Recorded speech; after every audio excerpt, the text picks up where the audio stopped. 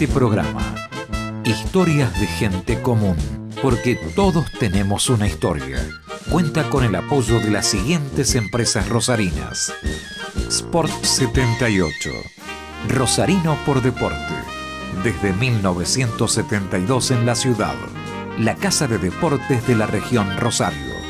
Fiat Beta Sociedad Anónima, concesionario oficial Fiat Iveco, 27 de febrero y Necochea. En la región, la casa Fiat es Fiat Beta.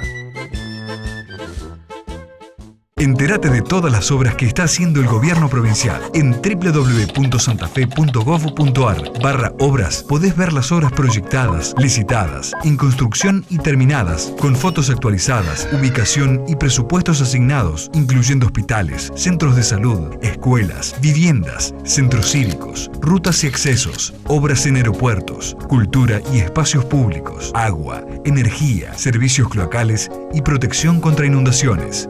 Gobierno de Santa Fe. A ver quién se lleva este ATBC.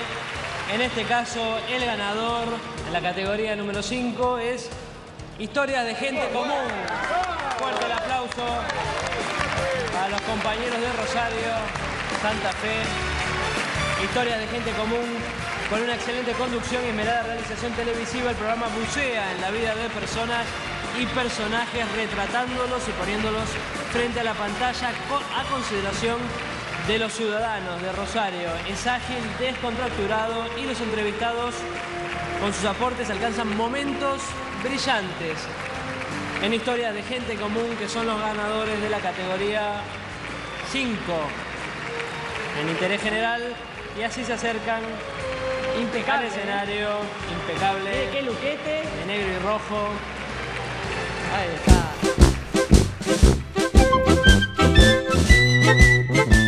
¿Qué me cuenta?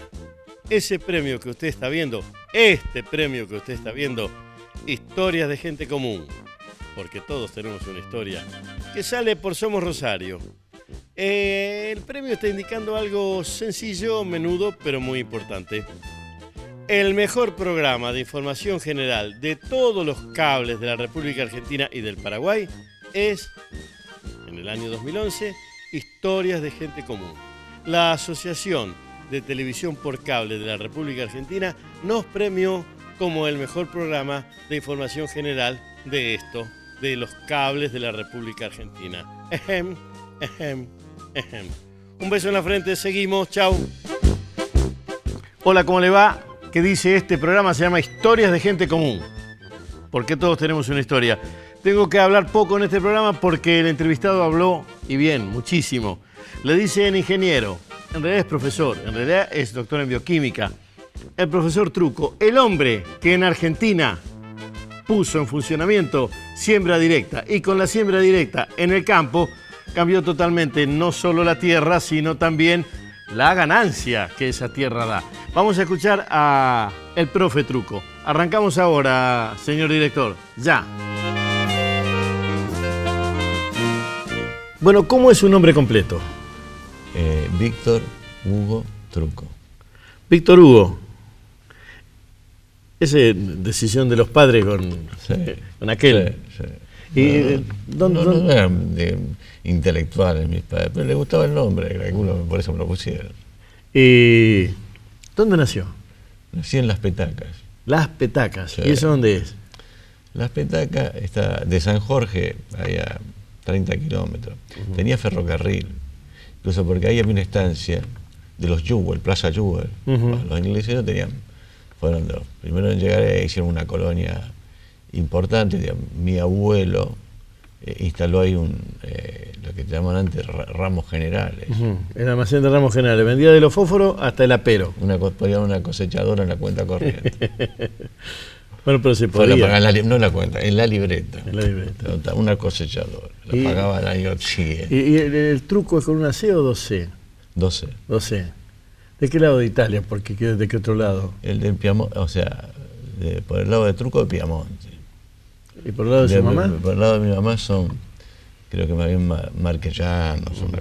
¿Cómo es el apellido de su vieja? Monini. Monini o Moñí. Monini. Monini. Ahora, qué sé yo, no era una familia pegada al origen. Incluso mi abuelo, porque se vino, nunca estuvo muy claro, ni yo me interesé, ni nadie quiso contármelo tampoco. O sea, bueno, pero ¿qué inmigración? Eso es fin del 1800. Sí. Las grandes ahí eran 1860, 1870, 1890. Sí, a fin, en 1890. Sí. Fue mi padre del año 10, así que los hermanos del 4. Y sí, la verdad que otras venían a hacerse la América, luchadores eran. La verdad que, qué sé yo, raro todo. Era muy, creo que, por ejemplo, trabajaban, ahí no había escuela, pero por ejemplo a mi padre lo mandaba un pupilo a los curas de el colegio de curas San José ahí en Esperanza. Pero de todas maneras llegó al 3er grado. Y ahí lo sacaron. Sí. Mi madre no fue a la escuela. Sin embargo, por ejemplo, qué sé yo estuve pupilo en los jesuitas. ¿En Santa Fe? Sí. ¿En la Inmaculada? Sí. ¿Usted es cría de la Inmaculada? Sí.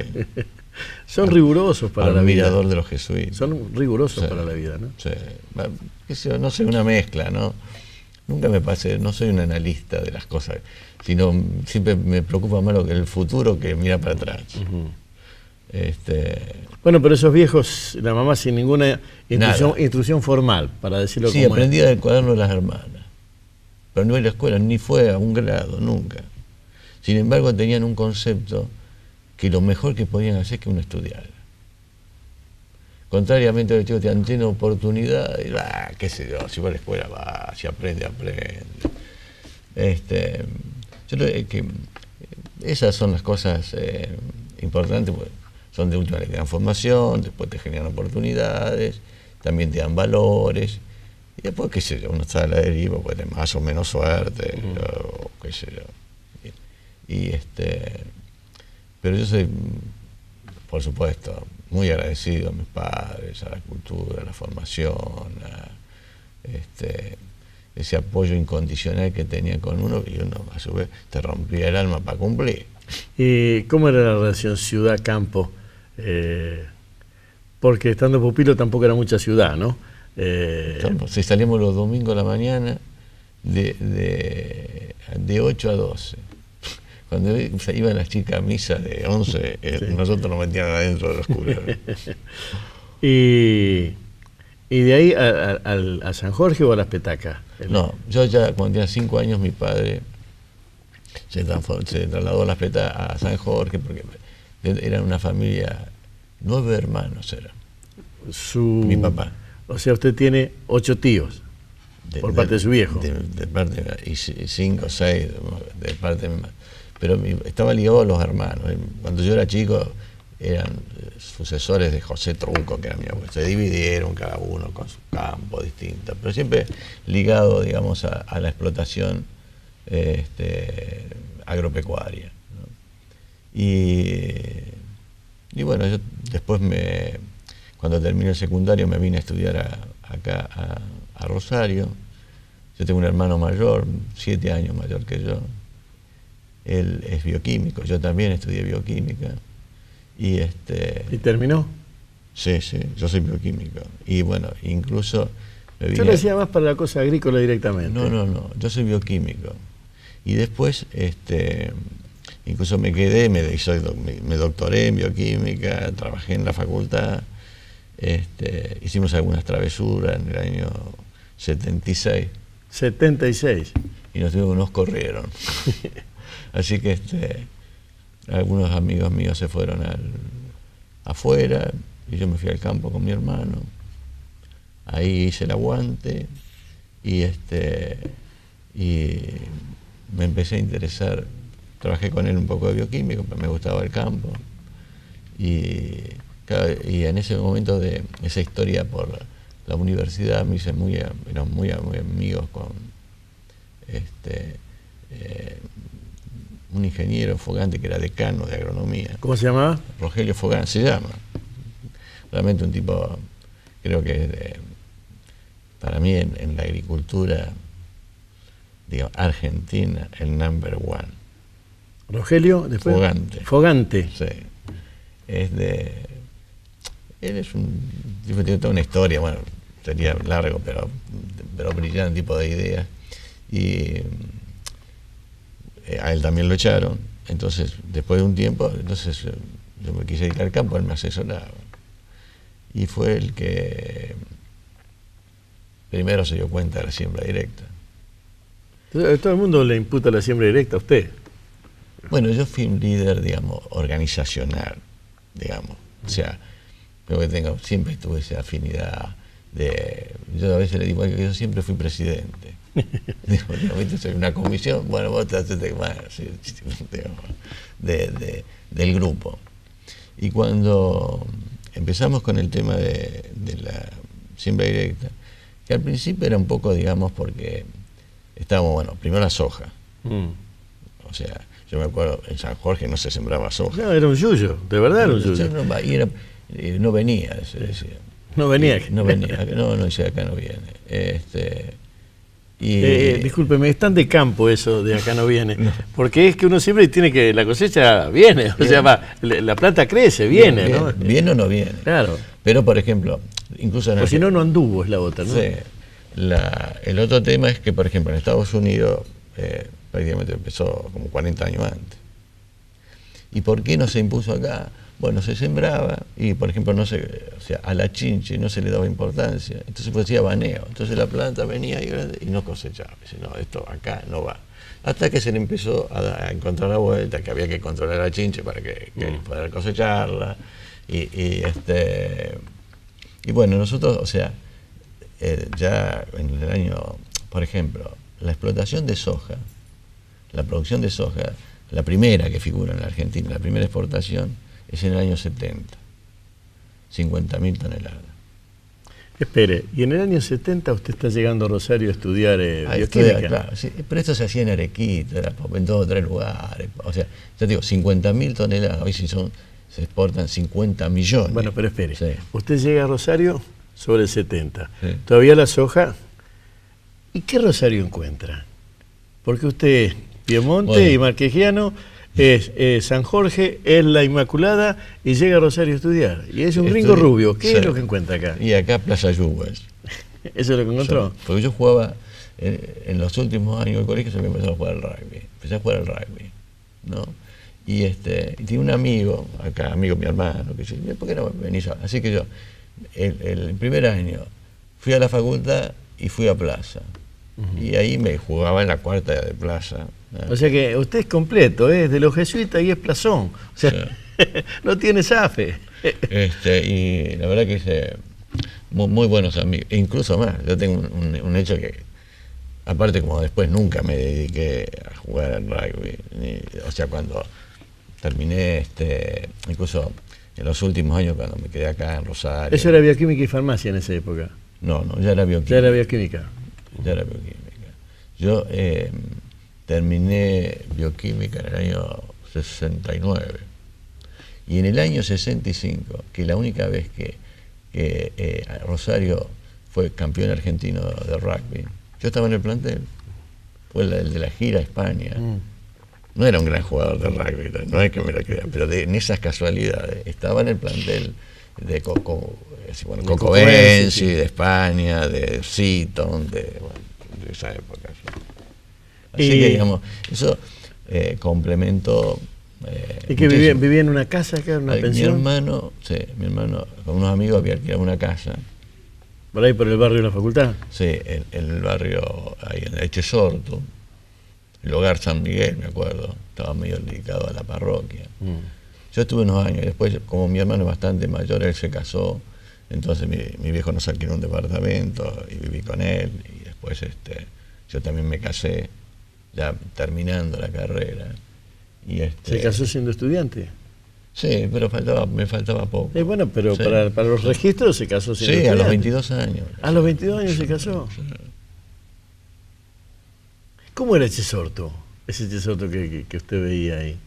Y estaba el club, la parroquia, pero yo, digamos, más que nada, o sea, estaba ligado más bien al club, digamos, en algunas cosas, y después también me di bastante, un poco a la política estudiantil, esas cosas, y Y bueno, y al casarme joven a mi familia y a... ¿Tuvo hijos al toque? Sí, tuve hijos jóvenes. ¿Cuántos hijos tiene? Tengo 6 hijos. Después, bueno, es el primer matrimonio. Después yo me separé. De mi primer matrimonio tengo 2 hijos. ¿El segundo matrimonio? Tiene 2. O sea, tengo 2 en el primer matrimonio. Ah, y 6 en el segundo. Y 4 en el segundo. Ah, 6 en total. 6 en total. Estaba sacando cuenta por el lado de los tomates. Bueno, ¿y cómo era la vida de club entonces? Si la vida suya era la facultad y el club, no. ¿Cómo era la vida de facultad y cómo era la vida de club en el 70 claro. en Rosario? Y la vida del club era, nos entrenábamos 2 veces por semana, digamos, después venía la época de los Seven, realmente muy linda, esa época íbamos a Córdoba, a Buenos Aires. En el año 65 jugamos la final del rugby de la UAR en San Isidro, Plaza y Duende. Fue histórico eso, perdimos, ¿no? Pero realmente me acuerdo como si fuera ahora, qué sé yo, la jugada y todo, de esas cosas de los... Ahora, después de eso, qué sé yo, es una cosa, porque en realidad nunca he tratado de volver al pasado. O sea, yo no voy a la fiesta de los egresados del colegio, ni de los aniversarios del club, porque realmente tiene mayor valor el recuerdo que la realidad. Sí, pero por así está bien. Me diga, si tengo otros amigos que se preocupan. No, está bien, profe, pero por ejemplo hay cosas de las que el testimonio es importante. Sí. En el 66, y usted es alumno sí. y es rugbyer, pero es alumno, en el 66 se produce el quiebre de la UNL, usted empezó en la UNL sí. y termina en la UNR, sí. La Universidad Nacional del Litoral, sí, la partición, la UNR Entre Ríos, la UNL Santa Fe y la UNR Rosario. A usted esa división de bienes lo toma como alumno. Claro, ¿no le dieron bola a eso? ¿Le daban bola? ¿Cómo era eso? Mira, bueno, yo recién entraba, ¿no? O sea que yo me acuerdo, se vivió un poco la separación de bioquímica, la creación de bioquímica en Santa Fe. Acá no se quería que se hiciera otra universidad en Santa Fe. Bueno, de todas maneras esas cosas sucedieron, pasó todo muy rápido, digamos. Y después yo creo que lo que fue muy traumático para la universidad fue el 76. Breve interrupción, historias de gente común, porque todos tenemos una historia, un personaje riquísimo, piamontés, marchesiano, no lo sé, escuchémoslo, un hombre de campo, nacido en el campo, criado en el campo, y que en realidad a la Argentina le dio otra visión sobre el campo. Señor director, sigamos, truco, vamos. Hay gente que ubica el 66 porque está Frischner, la ruptura de la autarquía universitaria. Sí. Pero sí, bueno, el 76 es mucho más duro. Sí. ¿No? Por un lado nosotros creo que realmente uno es un poco imprudente, tiene una locura, digamos, de las cosas, pero digamos, en el 73, cuando, bueno, con Cámpora y todo eso, yo formé parte de un staff en bioquímica, en medicina, porque yo en ese momento, después entré en la carrera de investigador. Yo fui, acá cuando se fundó la carrera de investigador, en la época, fue creo que un año antes o 12, en la época de Rabasa, el rector. El argentino Sol Rabasa. Sí, tiene una persona... Ese sí que tenía viejo anarquista y no macana, ¿eh? Sí. ¿Puedes ponerle ese nombre? Sí, pero una persona muy de bien, inspirado en la ciencia, tenía una visión local. Por ejemplo, él quería que no habría que ir afuera. Era muy nacionalista, que uno lo que se podía aprender afuera lo podía leer y que había que formarse acá. Y en cambio, en esa época, dice, un poco antes había creado el CONICET, sí, con la idea de que ir a formarse afuera, que creo que es la correcta para que sea gente, tener gente que vaya al exterior, a Estados Unidos y vuelva. Confrontar, ¿no? Sí. No, pero bueno, fue una cosa que pasó muy rápido. Sí, y ahí liga el título de investigador. Y yo fui, cuando se creó la carrera de investigador en Rosario, me acuerdo que... ¿Ligado a la universidad o ligado al CONICET? No, al CONICET venía antes, y Rabasa vino su propia carrera, ¿no es cierto? Fue ya esto de la época de los militares, ¿no? Creo que estaba Levingston, uno de esos de presidente, Malek creo que era el ministro de Educación, no me acuerdo. Y cuando se inauguró la carrera de investigador acá en Rosario, se hizo un acto y habló el presidente del CONICET, el rector, y en realidad Rabasa era ministro de Educación, o rector, no me acuerdo, en un periodo de eso, me invitó a que hablara yo en nombre de los investigadores, como el del futuro, qué sé yo. La verdad que son cosas que ahora me viene que estamos hablando de esto, y me acordé que siempre fui muy entusiasta, ¿cierto? Que ahí cuando algo lo veía me entusiasmaba y le metía para adelante. Y después, bueno, fue la vuelta a casa, ¿no? Esa de cuando mucha gente se fue afuera, yo por todo este tema, un poco. A San Jorge. Me fui a San Jorge, me abrió a mi ¿Y viejo. perdió contacto con Rosario? No, siempre es nuestro lugar próximo, siempre, digamos, estuve viniendo para acá. Y bueno, y ahí me enganché con el campo, con la siembra directa, se hizo APRESID, y fui presidente de APRESID desde que se fundó hasta el 2004, 15 años. Me decía que arrancó con 50.000 toneladas. O 50 La primera exportación de soja en la Argentina, uno va a los registros, son 50.000 toneladas, un barco. Un barco. Un barco. Y eso es sobre el 70. Eso fue en el año 70. ¿Y cuánto nos habían sacado los gringos, los yanquis, en eso de ventaja? No existíamos nosotros. O sea, más o menos en esa época, un poco antes, empezó fuerte Brasil. Y después acá, que yo creo que es una cosa que no se le ha atribuido, nosotros teníamos que ser, bueno, en alguna medida ahora lo estamos haciendo de otro lado, pero acá Argentina habría que hacer una cuenta de Argentina y la soja, digamos, porque, y después otra cosa, la soja y las proteínas. A ver, no entendí lo de Argentina y la soja. Soja y proteína entiendo. Claro. ¿Por qué? ¿Argentina versus soja o Argentina? No, con la soja. Argentina o sea, con la soja. Por ejemplo, porque ahora, digamos, hoy son 25.000 millones de dólares la facturación. O sea, son 25.000 millones de dólares que le entran a la Argentina. Después son, de eso, el 35% de impuestos para el gobierno, digamos, en otro aspecto. Y también grandes paradojas. ¿Y por qué cree usted que después de la siembra directa eso pegó un boom? ¿Por la mayor producción o porque además de la mayor producción lo entendieron? Bueno, hay dos cuestiones. Una, el valor de la soja. La siembra directa, si se quiere, es más trascendente que la soja. ¿Por qué? Porque la agricultura, si uno se pregunta dónde nació en el creciente fértil. Sí. Eso Irak, Sí. Irán. El Éufrates y el Tigre y toda aquella zona allá. Uno ve ese lugar y dice, pero eso es un desierto. No, el desierto de vino.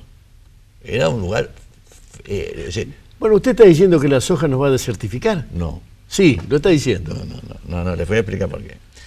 Entonces, porque lo que desertificó no fueron los cultivos, fue el arado, las labranzas. Ajá. Porque cuando uno... Saca el terrón, lo hace grano y se lo lleva. No. El suelo, por ejemplo, el suelo, ¿no es cierto? El secreto, un suelo agrícola, es un suelo con materia orgánica, que está en un clima húmedo. ¿Por qué? Porque la materia orgánica permite retener agua. ¿Por qué no vamos a sembrar la playa? Que a lo mejor llueve. Sí. Porque, digamos, tenemos que estar, como cuando hacemos ese experimento en el colegio, ¿no es cierto? Sí. Tenemos que estar poniendo el agua todos los días. En cambio, la materia orgánica permite absorber agua y tener un suelo húmedo, entre una lluvia y otra, en la cual, digamos, le va liberando agua para que la planta después hace el proceso de fotosíntesis. Hasta ahí es de manual. ¿Y por qué se pudrió todo? Bueno, porque la materia, cuando uno empieza a arar o a hacer labor que al principio la quema. Se oxida. Y se actividad de materia orgánica cero. Cuando la materia orgánica llega muy baja ya no se puede cultivar más. Entonces la gente tiene asociada, hoy día todavía, el impacto de la agricultura como el impacto de las labranzas. Ahora, cuando se produce el cambio de paradigma, de que uno ya no hace más labranza, sino sobre un cultivo implanta otro cultivo, volvemos a la naturaleza. Si una planta crece, claro, se seca, lo que está podrido abajo es materia orgánica. Y cada vez tenemos mejor materia orgánica. Bueno, entonces, eso también cambió los suelos que eran agrícolas, porque tenían muy buena materia orgánica y todas las condiciones, a lo mejor corazón de la pampa húmeda, digamos acá, Pergamino, Venado Tuerto, digamos, sí. El corazón nuestro, qué sé yo. Y resulta que esto que también es San Jorge, también es Santiago del Estero, también es otro lugar. Y la soja es un cultivo que se adapta. Ahora le hago una pregunta. Esto que me dice, en realidad, lo que tendría que hacer política de Estado, lo que usted me dice. Le hago una pregunta.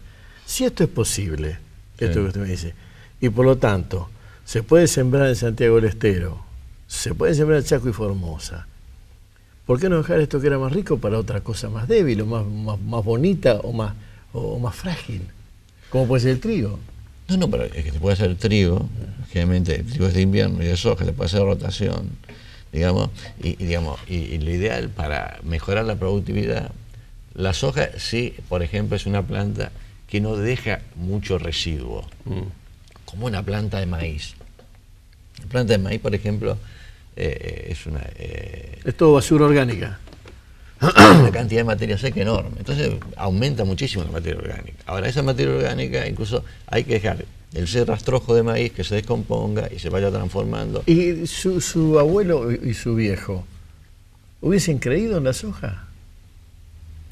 Ellos, en todo lo que vinieran y fuese negocio, por ejemplo, o sea, los piamonteses no son filósofos de la agricultura, son prácticos, les gusta la plata, qué sé yo, eso no es como cualquier otro. Le aviso que no solo a los piamonteses les gusta la plata. Entonces vinieron acá, vieron lo que ella hacía, lo hicieron, pues progresaron.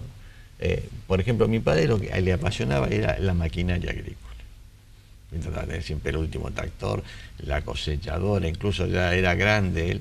Bueno, pero es que su viejo, usted me dice 1910 más o menos, su viejo finalmente entra a ver la revolución industrial del 1900, es lo que entra a ver, ¿no? Y el fin del arado mancera y todo lo demás. Claro, lo que pasa es que, digamos, es decir, el tema es que, por ejemplo, yo cito siempre una charla que tenía con mi padre, ¿no?, cuando me fui al campo. Entonces, estaba vinculado con un amigo que era decano de agronomía. Repítame el nombre de nuevo. Rogelio Fogante. ¿Rogelio? Fogante. Fogante. Tiene una historia muy interesante. Bueno, y entonces, viste, nosotros tenemos, en cambio, digamos, de la otra parte, digamos, había un pensamiento más elemental. Entonces, discutíamos si la soja sí, si la soja no, si la siembra directa, bueno, ya ahí ya se metía poco, digamos. Entonces yo digo, eso como ejemplo, los paradigmas duraban una generación, por lo menos. Para mi padre era una manera, para mí era de otra, para mi hijo es de otra. El problema actual es que los paradigmas duran años, segundos, un tiempo muy corto, y la gente no evoluciona. Parezco apurado y lo estoy. Esto es Historias de Gente Común, porque todos tenemos una historia. En este caso, el profesor Truco, el bioquímico Truco, el hombre del campo, el hombre de APRESID, siembra directa, el hombre que puso en la Argentina con la siembra directa a la cabeza de un modo de sembrar y cosechar absolutamente distinto, que es siglo XX, pero pasado siglo XXI. Director, vamos con Truco. La ciudad de Rosario y la región, Sí. ¿cuánto le debe al trigo, a la soja? No me haga que se te fugue. No sé, no lo está cuantificando mucho. ¿Mucho le debe? Sí. Y porque, por ejemplo, supongamos, o sea, a partir de estos últimos años, yo creo que el impacto, yo tomaría, digamos, bueno, con respecto al trigo y el maíz, o sea, Rosario, vamos al año 20, al año 30, cuando decimos, bueno, este edificio hay que preservarlo porque es una cuestión. ¿Con qué se hizo eso? La bolsa de Rosario tiene más de 100 y pico de años, el edificio de la bolsa. Viene la gente y se para ahí en la esquina de Corrientes y Córdoba, cuando trae gente de afuera, dice, pero mira, esto es Barcelona, Madrid no, París, qué sé yo, ¿viste? ¿Eso con qué se hacía? Con plata que generaba la ganadería, los frigoríficos, toda esa época de oro que tuvo Argentina, ¿no es cierto? Ahora, en este momento, por ejemplo, ¿verdad?, ya tenemos una vida más compleja, pero también tenemos más recursos. O sea, uno no es que acá sale y va al campo y ve y dice, che, ¿qué le pasa a ese tipo que le falta un ojo? Y dice, no, se sembraba soja, qué sé yo. Al contrario, ¿viste? El tipo no puede ver porque va con un auto vidrio polarizado. Y realmente que es otro problema también, ¿no es cierto? Bueno, pero digo, por supuesto, digamos, supongamos... O sea, Rosario le debe mucho. Rosario, yo creo... Rosario, región metropolitana. Argentina le debe a Rosario. A ver eso. ¿Cómo Y es lógico, eso? porque, digamos, o sea, todo este recurso de la pampa húmeda y todo, digamos, salió en general de acá. O sea, la producción de trigo, de maíz, O sea nos que exportamos de Buenos Aires. vamos nos allá exportamos de acá. para decirlo finamente. Uno de los malvados es usted. ¿Cómo? Uno de los malvados es usted, con la cifra directa. Sí, sí. Hay gente, por ejemplo, bueno, qué sé yo, yo realmente participo, he ido a reuniones médicas, tengo amigos médicos, científicos, que no piensan exactamente igual. Creo que porque ponemos parámetros distintos. Dice, mira, este producto es tóxico, mira, papá, yo te pruebo acá. Dice, bueno, mira, hoy, por ejemplo, un producto emblemático es el glifosato. Sí. ¿No es cierto? Bueno, con ese me desafían a que coma glifosato, que no me va a pasar nada. Bueno. Sí, me va a pasar, no como, No, pero digamos, o sea, primero es un absurdo una discusión así. Porque decir, bueno, mira, qué sé yo, la bala, ponete un tiro a ver qué te pasa. Bueno, no hagamos bala, no hacen falta bala, no tengamos bala para nada. O sea, cada cosa tiene su uso, eso no es para. Lo que sí, en general, más allá de estos estudios que te establecen las dosis, etcétera. Por ejemplo, la dosis letal, que es, por ejemplo, que se le da a los, por ejemplo, a las ratas, a las palomas, a los peces, llegadas al hombre, ¿cuánto el glifosato uno debería ingerir por kilo de peso? ¿No es cierto? Entonces le da una dosis que para una persona de 70 kilos tendría, si sumamos hay 100 personas y se tomaran 350 gramos, una botella, un vaso de cerveza grande. Un buen bife entre bueno, la mitad se moriría tomándose, agarrar ese producto y tomándolo. Ahora, por ejemplo, en general las experiencias que hacen son por intentos de suicidio. O sea, pues es muy común que no sé, el tipo está sembrando, llega a la casa, encuentra a la mujer con otro, va al galpón y se agarra el tarro y se lo manda, qué sé yo, entonces ¿viste? Lo mete y el médico lo tiene que atender. Bueno, el doctor Salva, hay muchos casos. Yo del que me acuerdo, porque es vecino, amigo de María Susana, tuvo un caso. Se amasijó con un glifosato. No, él no era un paciente. Y se lo internó y zafó, le puso suero y el tipo. Ahora, bueno, pero entonces. Pero, o sea, ¿Y en cuanto a la calidad del suelo? Rosario puede seguir dependiendo económicamente o la interrelación de toda esta siembra, todo este juego de producción agropecuaria, sin miedo a que se desertifique San Jorge. Tenemos suelo, incluso yo he presentado, digamos, o sea, nosotros le vamos a dar a nuestro hijo mejor suelo que el que nos dio nuestro padre. ¿Mejor? Sí. Y cuando clavan y sacan la muestra de tierra y que tiene menos mineral y todo eso, eso no es así. O sea, en general, hay un... creo que esto es para vos, que sos una persona, para un intelectual, ¿no? Me parece, digamos que... Que mirá para otro lado. Sí, bueno, pero tampoco... O sea, si uno fotosíntesis, que tiene que ver, digamos, la combinación del oxígeno, digamos, la luz solar, el agua para clorofila, el anhídrido carbónico. Bueno, entonces, si uno puede ver, yo tengo un libro de enciclopedia de ciencia, ¿no? O sea, que uno agarra y dice fotosíntesis. Bueno, la más vieja que encontré es del año 1590 y pico. Bueno, en ese momento, un médico, digamos, con la curiosidad agarró una maceta grande. ¿Que los porotos de Mendel no hablan? No, eso es genética, ¿no? Con respecto a la fotosíntesis. Y puso una semilla de álamo, y un experimento que podemos hacer cualquiera, y la regó. Y pesó la maceta, puso la planta, la regó durante 5 años. Al cabo de los 5 años, sacó la planta, la pesaba 70 kilos, lo que había desarrollado. Y la maceta había perdido 800 miligramos. ¿Qué pasó? O sea, lo que le afanó es mucho menos que lo que rindió. No, o sea, lo que se lleva del suelo son los minerales, como por ejemplo puede ser una dosis de fósforo, de zinc o de qué sé yo, pero el 90% de una planta de trigo o de eso es el dióxido de carbono que está en el aire con el agua de lluvia, se funda y es lo que hace fundamentalmente todo lo que es la materia orgánica. Ahora, las proteínas llevan una parte de nitrógeno, digamos que incluso en el caso de la soja, gran parte lo toma del aire porque está asociado. Bueno, y ahora cuando usted camina, por ejemplo, por la peatonal, ¿tiene en la cabeza la fotosíntesis y que esa peatonal le debe su existencia al grano? No, o sea, lo que pasa es lo siguiente, que cuando uno toma de la superficie, porque uno dice el Amazonas, el gran pulmón, porque ahí tenemos, una de las cosas que hace la fotosíntesis, toma el dióxido y genera oxígeno, oxigena el mundo.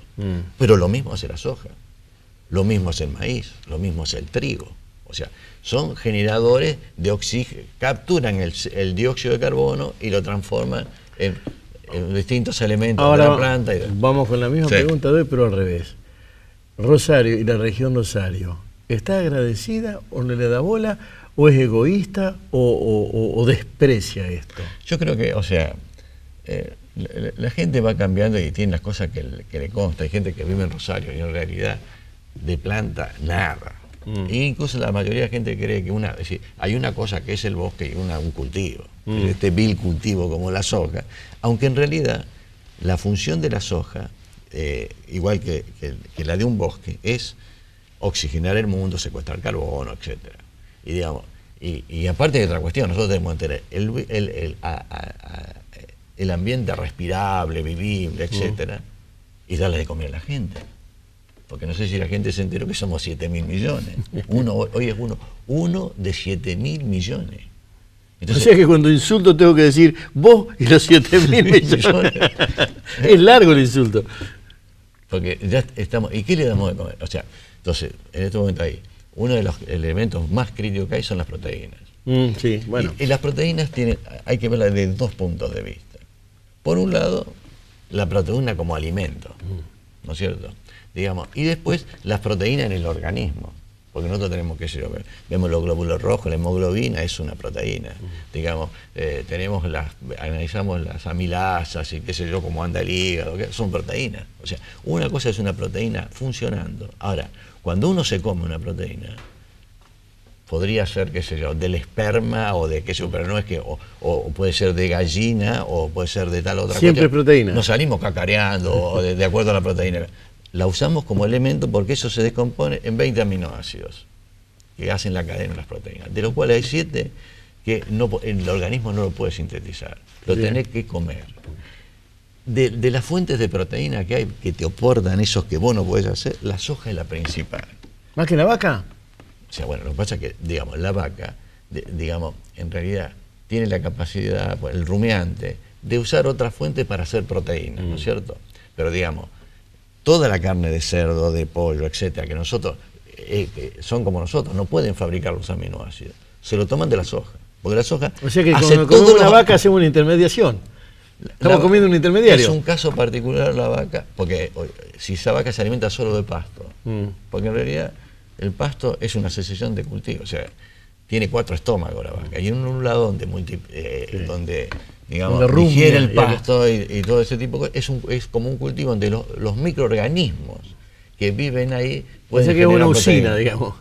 Claro, y eso después se transforma en carne, etcétera. Pero hoy, por ejemplo, gran parte de la soja nuestra va para la factoría de peces que tiene China. Hoy, ¿para el alimento de peces? Claro, uno ve en Google, se puede ver, ve algo raro. Yo creí que alimentaban vacas, con la soja nuestra. Cerdos principalmente, pollos y peces. Bueno, se ve en el mar, en la costa, y dice, che, ¿qué es esto que está?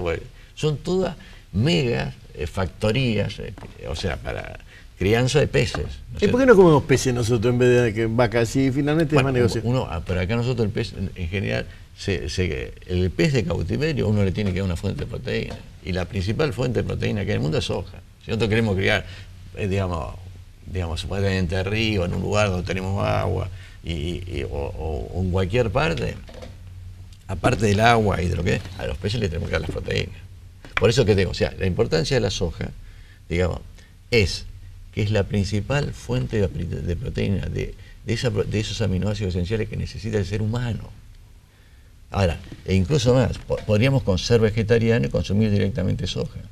Si nosotros consumiéramos soja, por ejemplo, digamos, tiene 40% de proteína. Uno se calcula, digamos, grosso modo, 1 gramo de proteína por kilo de peso. O sea que con 1 kilo de soja, nosotros tenemos la proteína de una familia. 1 kilo de soja. ¿Y por qué no hacemos la vaca mecánica esa con la leche de soja y dejamos de joder? Bueno, eso fue una cosa. Lo que pasa acá fue como una burla, porque aquí en Argentina, en realidad, está la cantidad de proteína de distintas cosas y las costumbres, etcétera. Pero directamente podemos consumir. Con la soja estamos haciendo lujuria también. La fabricamos al cohete, esta vez la vendemos, pero no. No, o sea, se usa para un propósito que es todo lo que es crianza de pollo. Pero si dicen que del 100 que se produce, más del 95 se exporta y solo el 5 se usa, bueno, pero no, si no nosotros estamos usando. En el año 2001, justamente nosotros hicimos una campaña que llamábamos Soja Solidaria. Por ejemplo, hay gente que puede reemplazar la carne, o sea, todo lo que es la carne, la leche, todo lo que es proteína, por soja. Y digamos, con una diferencia muy grande. Por ejemplo, yo digo, con 1 kilo de soja, ¿no es cierto? Vale hoy 1.200 pesos, Bueno, sería 1.20. Tenemos la proteína de una familia. Espere, usted vive en Rosario, Sí, va y viene. sí. ¿Ha pasado por Pellegrini una nochecita ya tibio, Sí, no, sí. no de calor? ¿Qué hacemos con las parrillas de Pellegrini si fabricamos soja y no comemos soja? Pero uno puede ir. No, o sea, a mí, digamos, me gusta más el asado, que no, Bueno, no soy vegetariano. me deja tranquilo. Está bien, pero yo pienso una cosa, que uno debería enseñarlo en la educación, ¿no es cierto? Porque puede haber una emergencia. Sí, ¿No es cierto? se Supongamos pudren todas las vacas.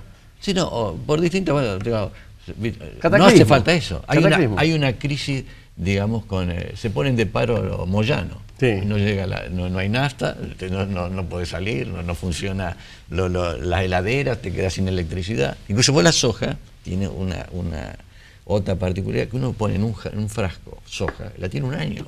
No necesita guardarla al frío, ni nada por el estilo, ¿no es cierto? Saca un puñadito, lo deja en remojo hasta el día siguiente, y después el otro día puede hacer... No, agarra los brotes. Sí, bueno, o puede hacer brote o distintas cosas, pero en general, para mí, digamos, siempre he pensado eso, que debería ser parte de la cultura. Después que uno lo use o no, dice, mira, si vos comes soja, no, yo no me gusta. Pero yo puedo, ahora, si tuviera una circunstancia que no tengo que darle de comer, bueno, usaría soja, no tengo duda. Sé que no le pasaría nada, no le va a faltar ninguna neurona, nada. Porque eso no lo digo yo, está aprobado por la nutrición. Vuelvo a la ciudad, Sí. ciudad. Repito la pregunta de otro modo. ¿No hay en Rosario un monumento a la soja? ¿Le da pelota a Rosario a la deuda que tiene? No, yo creo que por ejemplo, es renga. Aparte, no solo eso. Mire que son casi todos gringos como usted, ¿eh? Bueno, sí, pero... O como su abuelo. No, pero escúcheme, o sea, cualquier discurso que escuche en general, la referencia a la soja, es como que nos da plata, pero que nos va a dejar a la miseria. Nada de eso, o sea, digamos que hay a la soja, a los productos, está demonizada la soja. Bueno, yo he sido criado a la orilla del Paraná. Sí. Barrancas, Coronda, Sí. Santa Fe, Coronda, Barranca, finalmente Rosario. Pero siempre he caminado con la mano yendo para allá con la mano izquierda contra el Sí. río, o sea que no me pierdo Sí. habiendo un río. Y una de las demonizaciones es que al arrancar se lleva con las lluvias esa tierra al río y termina haciendo más grandes las islas del delta y afanándose el humus feraz que teníamos en la pampa húmeda, etcétera, etcétera, etcétera. ¿Qué pasa con eso? ¿Esto es mentira? No, el concepto es al revés. Extrae la isla del delta para cuando acá. arábamos, Sí, así pasaba eso.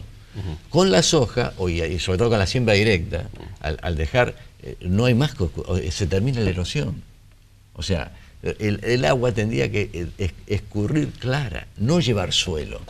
Puede llevar suelo a veces de las obras públicas, pero digamos, del campo no se lleva. Incluso el productor tiene que cuidarlo porque se está ¿Dónde llevando... pondría un monumento a la soja en Rosario? ¿Dónde pondría usted un monumento a la soja en Rosario? Tendría que ser al lado del monumento de la bandera. ¿Y qué nombre le pondría a ese monumento? ¿Que no le vamos a poner Arequito? ¿Qué nombre le pondría? En Arequito habría también, que a lo mejor... me dio un dato que yo no sabía. Creí que Arequito era la capital de la soja por la cantidad de producción ahora, no por la histórica. No. Ahí, yo en realidad no conozco bien los detalles, pero ahí los de la fiesta seguro lo puede contar. O sea, fue uno de los primeros lugares donde se empezó a sembrar. En ese momento, la soja era una cosa religiosa. Era un producto vegetariano, bueno, como quisiera. Bastó que hagamos mucho, que la gente se hace rico, digamos, y cosas por el estilo, con la soja, y digamos, para que eso se empezara a demonizar. Pero el concepto de la agricultura, es de la agricultura que no hacemos. Ahora, en siembra directa también, por ejemplo, nosotros decimos sembrar directamente, ¿no es cierto? O hacer siembra directa, que es una cosa que APRESIT ahora está haciendo como una certificación, nos está pidiendo a todos que certifiquemos la agricultura, donde no solo hacemos soja, hacemos rotación. Con eso, o sea, aparte de producir, estamos mejorando la tierra espectacularmente, como para tener cada día mejores suelos. Ahora, lo que pasa es que, digamos, como a la gente en general, a la gente no le interesa mucho la verdad, sino le interesa reafirmar sus prejuicios, digamos, cosas por el estilo. Y digamos, yo creo que hay otro conflicto, digamos, que es como de conflicto de la riqueza, digamos, y hoy tenemos un conflicto, se ve en las poblaciones más chicas más que en cualquier lado, que es el tema de la envidia, que da lugar al resentimiento, digamos, y la vanidad. Entonces se conviven, como que, por ejemplo, a lo mejor, productores que han sido exitosos económicamente, digamos, y muchos que miran de afuera ese fenómeno. ¿Cuándo cerró su viejo, si es que lo cerró, el almacén de Ramos Generales? Y eso se dio hace pero muchísimos años. ¿Alcanzó a despachar en el mostrador de Ramos Generales? No, era pibe. Tengo las anécdotas, ¿no? Porque incluso la firma esa, cuando ya eran todos grandes mis tíos, la verdad que en general los italianos son muy personalistas, o sea, muy difícil la sociedad y entre hermanos. Sí, y cuando entran los de la generación de abajo discutiendo con los tíos, entonces, cada uno con los suyos. ¿Qué recuerda de los jesuitas? Si dice, bueno, ¿qué recordás de la Inmaculada de Santa Fe? Y la formación, por ejemplo, y incluso te hacen sentir que si vos no haces algo por los demás, sos un desgraciado. O sea, ¿Desfiló con fusil usted? Sí. ¿Con el Mauser? Sí. Bueno, sí. Un año. Después fui abanderado y los escoltas iban con el fusil. O sea que ya era demasiado buen alumno, ya andaba... No, me sorprendió. Nunca fui el mejor alumno de la... Sí, creo que tengo cierta de liderazgo. Bueno, oiga, ¿y se pone alguna medalla por lo de siembra directa o se pone culpa? No. Yo recibí muchas medallas. En general por lo que represento. O sea, hay gente que es un tipo que ganó los 100 metros llanos, que yo le sacó, bueno, de él el mérito. Pero en este caso un montón de cosas y dice, bueno, yo sí tengo ciertas condiciones, digamos, de liderazgo, de organizar, o las tuve, qué sé yo, ¿no es cierto? Entonces, decir, bueno, a ver, yo tengo que hablar, Macanudo, que muchas cosas quizás se hicieron por mi influencia, pero digo, acá en Argentina, digamos, yo incluso con el tema de la siembra directa he viajado mucho, digamos, a Brasil, a Uruguay, a España, a Italia. Eso a mí me cuesta creerlo. España es Europa. Me cuesta, Brasil puede ser. Me cuesta creer que aquellos que tuvieron sembradíos cuando nosotros no existíamos, entiendan el mecanismo de siembra directa a través de nosotros, que somos los pichones. Bueno, pero lo que pasa es que, digamos, en realidad, por ejemplo, si uno va a un lugar como España, en realidad ya la cultura, hoy España no es un país agrícola. La propiedad de la tierra quedó, digamos, mini fundos. Sí, digamos, no, o grandes campos, están o muy una deteriorados. Empresarial. Muy deteriorados. Y digamos, yo lo que iba es lo siguiente, por ejemplo, con la siembra directa pasaba lo mismo, esto viene acá, pero no viene, qué sé yo, en Necochea, o no viene en tal lado. Y yo en esa época viajaba, charlaba, entonces, yo veo en Argentina, cuando uno le quiere explicar a alguien algo en el campo, cuando arrancó, ya está. No hable más. No es así en todos lados. En otro lado escucha. Desconfía, no sé si lo entienden o no lo entienden, pero acá, y aparte, por ejemplo, si uno hoy va al interior, acá hay una cosa que no sé, es que esto prendió en tipos que se recibían de agrónomos y que antes iban a trabajar al Banco Nación, y ahora se fueron a Charanta, a Santiago Letero, qué sé yo, que hicieron plata. Entonces, no hay mejor estímulo para un tipo joven que cuando ve que tiene un negocio, qué sé yo. Y eso tiene muchísimo que ver. Vamos a cerrar. Deme una manera de invitar, con lo que es suyo, a que vengan a la zona de Rosario. Un eslogan turístico, publicitario, para que vengan a Rosario. Un eslogan. Sí, una frase, un argumento que usted usaría. Tiene mucho Rosario. O sea, uno... Hasta ahora no ha sido diplomático, así que diga que le parezca que tiene que ser. No, yo creo que tiene que ser algo ligado a la agricultura. Incluso nosotros acá, por ejemplo, hicimos un centro, no sé si no te voy a invitar a conocerlo, una empresa Bioceres, que hacemos biotecnología, INDEAR, etc. Y nos asociamos en un momento dado para hacer todo esto con una empresa de Buenos Aires, un laboratorio farmacéutico, Sidus, Biosidus. Sí, Sidus, sí. Y entonces, bueno, vamos a hacer un laboratorio. Argentina no necesita, qué sé yo, ellos tenían experiencia. Dice, pero tiene que estar en Rosario. Rosario, sí, Rosario. algo para algo. Yo creo que el centro, digamos, del desarrollo agrícola, que hoy no es solamente lo que se hace en el campo, sino lo que puede hacer a nivel científico, etcétera, tiene que estar acá. O sea, Rosario es un centro de cultura y que creo que está ligado al bienestar del país del primer momento. O sea, bueno, habría que hacer una exposición de fotos de lo que fue el puerto, lo único que tenemos que hacer es no aflojar, porque no tenemos la misma cultura que tuvieron los tipos de los primeros 50 años. Quedan poco de eso. Es que hoy la gente que viene a usufructuar o ha habido otra, yo creo que tenemos una responsabilidad humana de mirar con la pobreza y todo eso, pero lo vamos a hacer en la medida que vamos a generar, por un lado, empresas fuertes y empresarios con responsabilidad social. Hasta aquí llegamos. Esto ha sido Historias de Gente Común, porque todos tenemos una historia. Sepa disculpar un par de minutitos que nos pasamos esta vez, valía la pena. El profe Truco vale la pena. La próxima, parecido y diferente. Historias de Gente Común, porque todos tenemos una historia. Un beso en la frente, gracias. Este programa, Historias de Gente Común, porque todos tenemos una historia, cuenta con el apoyo de las siguientes empresas rosarinas: Sport 78, Rosarino por Deporte, desde 1972 en la ciudad, la casa de deportes de la región Rosario.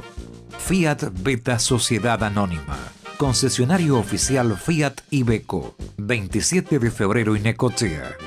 En la región, la casa Fiat es Fiat Beta.